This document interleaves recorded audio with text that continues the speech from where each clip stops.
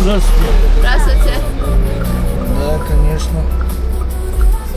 Что за тур у вас? Да, немножко отдохнуть хотим. Отдохнуть немножко. Турцию посмотреть, Грузию посмотреть. Казахи только в Грузии ездят, и в Турцию. Да. Нет, рядом Узбекистан, Киргизия, А чё, Китай. в ту сторону что, не ездите? Ну, Ездим, почему? Ездим.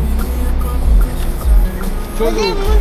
Что Десите это, да, компания моя. компания? Да, да. Я занимаюсь. Такси? Ну, Яндекс, да? Да, да, Это где, в Казахстане? да. А что за город? Актюбе. Тебе?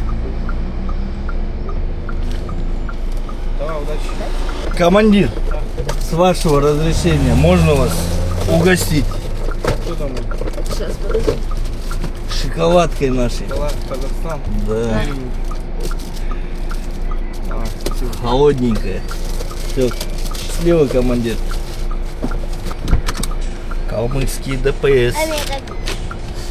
Красавчики.